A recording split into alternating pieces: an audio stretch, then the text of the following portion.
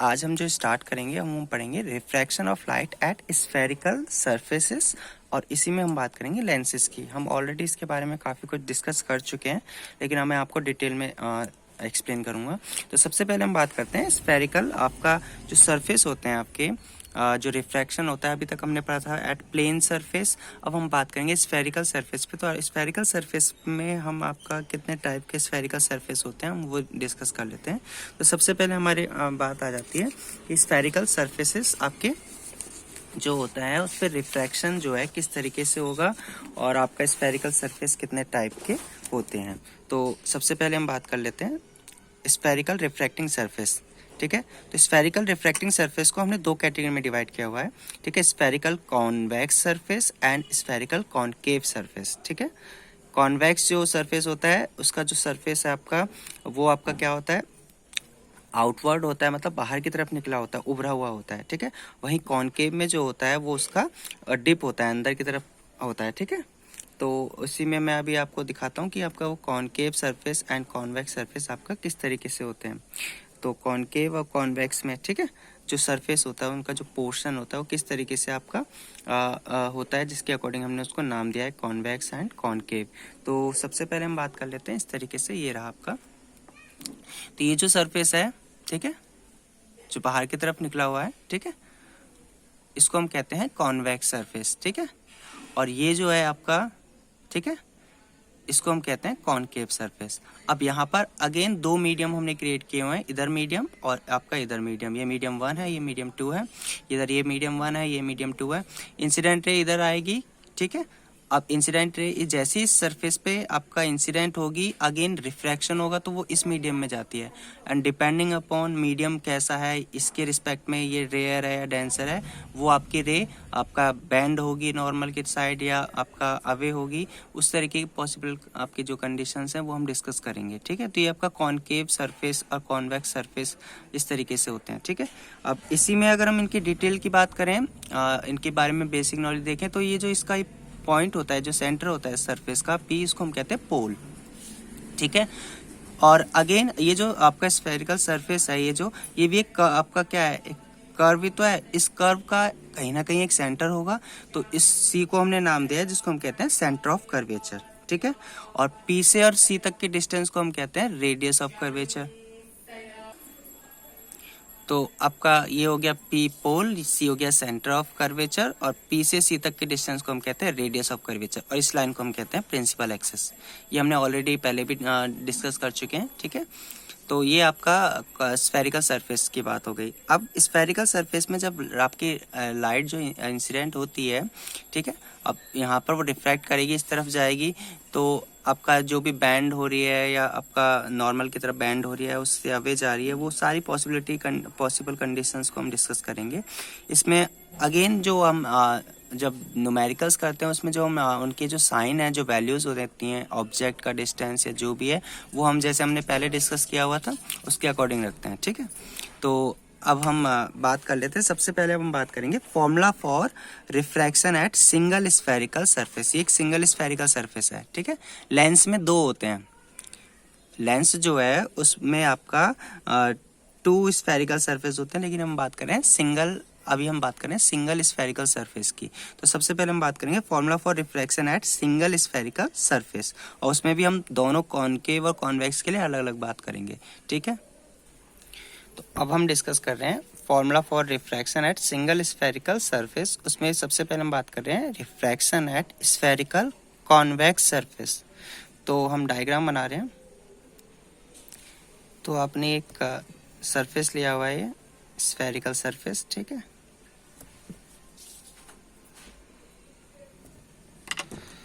इसमें ये आपका इस तरीके से हमने लाइन ड्रॉ की है। ये आपका क्या है, प्रिंसिपल एक्सिस है, ये प्रिंसिपल एक्सिस है, और ये आपका पोल हो गया। ठीक है, अगेन ये आपका मीडियम 1 है, ये इधर मीडियम आपका 2 है। ठीक है, अब क्या होगा, हमने यहाँ पर कंसीडर किया है आपका, ये इसका क्या है, सेंटर ऑफ कर्वेचर। आपको पता है सेंटर ऑफ कर्वेचर से जो भी हम लाइन ड्रॉ करते हैं इस कर्व सरफेस पे, वो हमेशा नॉर्मल होती है। तो ये आपका नॉर्मल हो गया। ठीक है, स्ट्रेट लाइन कर लेना इसको। अब हमने कंसिडर किया है कि ये आपका एक ऑब्जेक्ट है ओ, जिससे आपकी लाइट जो है इंसिडेंट हो रही है, ठीक है, इस वाले सरफेस पे। तो जैसी लाइट इस पे इंसिडेंट होगी यहाँ पर इस पॉइंट पे, ठीक है, तो अगेन ये मीडियम 1 है, ये मीडियम 2 है, तो हमने कंसिडर किया ये आपका रेयर मीडियम है, इसको हमने ले लिया रेयर मीडियम, और इसको हमने मान लिया डेंसर मीडियम। तो जैसे ही भी आपका ये आपका नॉर्मल की तरह वर्क करेगा, तो जैसे ही आपका जो रे है, ये ऑब्जेक्ट है, इससे रे इस पे इंसिडेंट होती है, तो वो क्योंकि डेंसर में जा रही है तो नॉर्मल की तरफ बेंड हो जाएगी, ठीक है, इस तरीके से। और इसको अगर हम आगे मिलाएंगे इस तरीके से, तो ये आपका यहाँ पर इसकी इस ऑब्जेक्ट की ये इमेज कंसीडर कर लेंगे हम, आई, ठीक है, ये इसकी इमेज हो गई। तो यानी इस ऑब्जेक्ट की जैसी रिफ्रैक्शन होगा तो यहाँ पर आपकी ये इमेज आई बन रही है, ठीक है। अब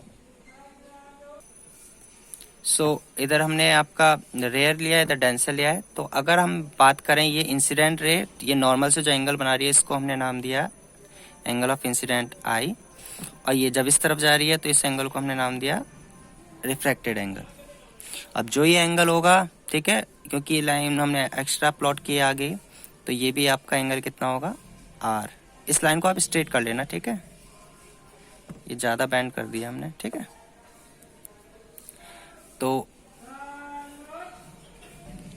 अब पोल से सी तक के डिस्टेंस को हमने कंसीडर किया रेडियस ऑफ कर्वेचर, पोल से ऑब्जेक्ट तक के डिस्टेंस को हमने मान लिया है u, और पोल से इमेज के डिस्टेंस को हमने माना है v, ठीक है। हमने लेट कर लिया ये आपका एंगल है अल्फा, ये मान लिया बीटा, ये ले लिया गामा। यहाँ इस पे हमने एक परपेंडिकुलर ड्रॉ किया है m, और इसको हमने मान लिया हाइट h, और इस पॉइंट को नाम दे देते हैं हम a, ठीक है। हमने मान लिया इधर का रिफ्रैक्टिव इंडेक्स क्या है n1, और इधर का रिफ्रैक्टिव इंडेक्स क्या है n2। अगेन आप रिफ्रैक्टिव इंडेक्स के लिए चाहे n1 n2 लिख सकते हैं, या आपका किसी बुक में आपको जो है n1 की जगह आपको म्यू1 या म्यू2 भी हो सकता है। रिफ्रैक्टिव इंडेक्स को n से भी रिप्रेजेंट करते हैं और म्यू से भी करते हैं, तो किसी बुक में आपको म्यू से मिले तो आपको कंफ्यूज नहीं होना है। मैंने ये यहाँ पर ये जो लाइन हमारी जो थोड़ा ज़्यादा वो झुक गई थी, बैंड हो गई थी, तो मैंने इसको प्रॉपरली बना दिया डायग्राम। अब इसके लिए हमें जो है आपका फॉर्मूला निकालना है फॉर रिफ्रैक्शन, ठीक है। तो हम बात कर लेते हैं रिफ्रैक्शन के लिए फॉर्मूला। तो सबसे पहले हम आपके, क्योंकि लाइट आपकी मीडियम 1 से मीडियम 2 में जा रही है, ठीक है, जिसका रिफ्रैक्टिव इंडेक्स n1 है इधर का, और इधर का रिफ्रैक्टिव इंडेक्स n2 है। तो फ्रॉम स्नेल्स लॉ क्या कहता है, फ्रॉम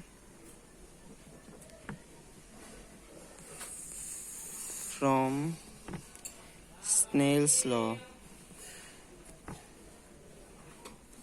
तो क्या कहता है, साइन ऑफ इंसिडेंट एंगल, तो sine of incident angle upon sine of refracted angle, और आप जो रे जा रही हो कहाँ से जा रही है, मीडियम 1 से 2 में, जिसको हम ऐसे लिख सकते हैं n2 upon n1। This is equation number 1, ठीक है।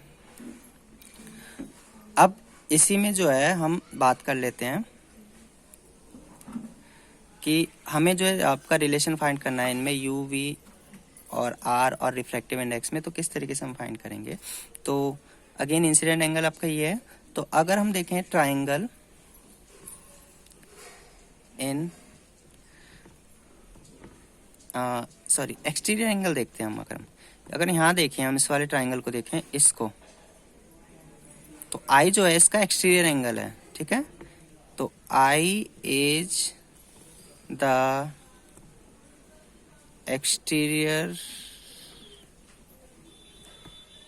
एंगल ऑफ ट्राइंगल, कौन सा, OCA। सो क्या होगा आपको पता है एक्सटीरियर एंगल का जो वो इक्वल होता है सम ऑफ इंटीरियर एंगल, यानी अल्फा प्लस गामा। यानी ये जो I है इसको अगर मैं अलग से बनाऊं तो इस तरीके से बन रहा है कुछ, ओ सी ए, ये अल्फा, ये गामा, और ये जो है आपका आई है। तो आई जो है वो किसके इक्वल है, alpha plus gamma. This is equation number 2। Same अगर मैं देखूं आपका ये वाला जो एंगल है आर, ठीक है, वो अगेन किसका एक्सटीरियर एंगल है आपका, इस पूरे का, ठीक है। तो अब उसके अकॉर्डिंग देख लेते हैं। R is the exterior angle of triangle, कौन सा, आई ए सी। सो क्या होगा, आर इक्वल किसके होगा, beta plus gamma. This is equation number 3, ठीक है। अब स्नेल्स लॉ से हमें पता ही चला है, ठीक है। अगर हम बात करें कि जो अपर्चर है, स्फेरिकल जो सरफेस है वो स्मॉल हो, उस केस में क्या होगा, जो जो आपका पोल है आपका, जो हमने कंसिडर किया है, तो वो जो आपका, अगर ये आपका इसका अपर्चर जो स्मॉल हो, तो उस केस में जो है हम जो एंगल्स हैं उनको स्मॉल लेनी कंसिडर करेंगे, और जिसके अकॉर्डिंग क्या चेंजेस आएंगे तो वो देख लेते हैं, ठीक है। तो हम कंसिडर कर लेते हैं। If the aperture of spherical surface is small, then point A will be close to pole P, and therefore alpha I R alpha beta gamma all will be क्या होंगे आपके, स्मॉल। सो उस केस में अगर हम देखें सो क्या आ जाएगा अब आपका, उस केस में आपका ये आएगा, यानी हम साइन आई को जो है नियरली मान सकते हैं आई, और साइन आर को भी हम नियरली क्या मान सकते हैं, आर, ठीक है। तो उस कंडीशन में अगर हम देखें फ्रॉम इक्वेशन 1 जो ये थी स्नेल्स लॉ के अकॉर्डिंग, तो यहां से आपके पास क्या आ जाएगा, i upon r equal to N2 upon N1, ठीक है। यानी कि यहां से N1 I और यहां से आ जाएगा N2 इंटू आर, ठीक है। This equation number 4। अब अगेन अब यहाँ पर देखें, अगर हम इसमें इन ट्रायंगल में देखें तो ये क्या आपका, अगर इसको हमने हाइट कंसीडर किया है h, तो ये क्या है, टेन थीटा क्या होगा आपका, अगर ये आपका स्मॉल होगा तो ये m को जो है हम नियरली किसके इक्वल ले सकते हैं, नियरली आपके किसके पास ले सकते हैं, p के पास। तो मैं डायरेक्ट फॉर्मूला यूज कर रहा हूँ, तो अगेन क्या होगा, टेन अल्फा क्या होगा, टेन क्या होता है आपका, परपेंडिकुलर अपॉन बेस, परपेंडिकुलर यानी h अपॉन, या पहले आप लिख लो am अपॉन om, ठीक है। सेम आपका टेन बीटा क्या होगा, am अपॉन im, और टेन गामा क्या होगा, टेन गामा आपका हो जाएगा am अपॉन cm, ठीक है। यहाँ से तो कोई दिक्कत है ही नहीं। अब आपको पता है क्योंकि हमने स्मॉल लिया हुआ है तो टेन अल्फा को हम ले सकते हैं अल्फा। अब इसमें वैल्यू रखें, am की वैल्यू तो है h, और अगर हम बात करें om यानी यहाँ से यहाँ तक का डिस्टेंस, क्योंकि ये हमने नियरली बहुत क्लोज लिए हैं तो हम इसको u कंसीडर कर सकते हैं, लेकिन आपको पता है माइनस साइन में, क्योंकि हम उसको साइन के साथ रखेंगे तो क्योंकि वो इस तरफ है तो हम माइनस लेंगे, ठीक है। सेम आपका टेन बीटा जो कि आपका नियरली क्या है बीटा, वो क्या होगा h अपॉन माइनस v, और आएगा tan गामा, वो आएगा आपका h अपॉन यहाँ पर r, क्योंकि r आपका इस साइड है तो प्लस में ही आएगा वो। ठीक है, ये आपकी इक्वेशन नंबर आ गई आपकी 5। सो अभी आपने एक इक्वेशन यहाँ पर ये यूज की थी, ये 2 और 3। ठीक है, तो अब हम इसको यूज करें तो हम किस तरीके से सॉल्व करेंगे इसको, वो देख लेते हैं। तो हम वैल्यू पुट कर लेते हैं अब। अगेन फ्रॉम, अगर हम उससे देखें फ्रॉम इक्वेशन 4, तो इसको हम ऐसे लिख सकते हैं 4 को n1, i की जगह मैं क्या पुट कर सकता हूँ, alpha plus gamma, alpha plus gamma. ये इक्वेशन नंबर हमने 2 और 3 यूज किए हैं। और n2 r की जगह मैं क्या पुट कर सकता हूँ यहाँ से, beta plus gamma, beta plus gamma. तो अब यहाँ वैल्यू पुट करेंगे n1। अब वैल्यू पुट कर देते हैं, अल्फा की वैल्यू है h upon minus you, gamma की है h upon r, n2 beta की वैल्यू है h अपॉन माइनस वी, और गामा की है h अपॉन r। h तो कैंसिल हो जाएगा कॉमन लेके, इधर ही n2 है तो अंदर मल्टीप्लाई कर देते हैं, n1 minus U plus n1 upon r, यहाँ से आएगा n2 upon minus V plus n2 upon r। अब हम इसको इधर ले आते हैं, इसको उधर ले जाते हैं, तो क्या आ जाएगा यहाँ से, n2 upon V minus n1 upon u, और यहाँ से आएगा n2 upon r minus n1 upon r। यहाँ से अगर मैं देखूं इसको, r तो कॉमन है तो इसको हम ऐसे लिख सकते हैं n2 upon n1, n2 minus n1 upon r। This is refraction formula.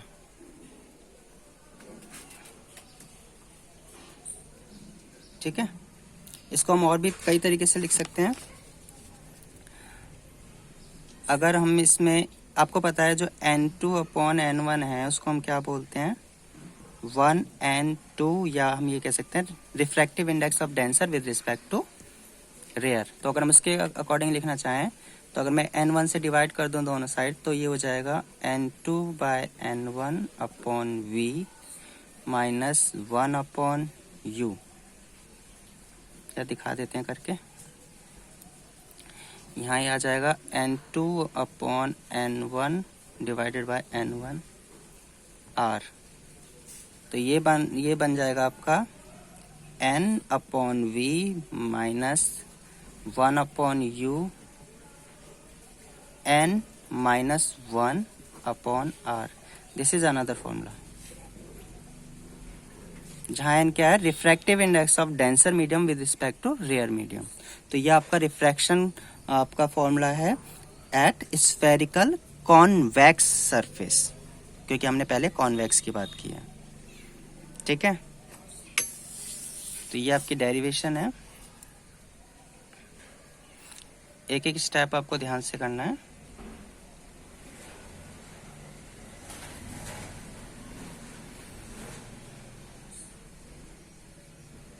Same हम जो है कॉनकेव के लिए करेंगे।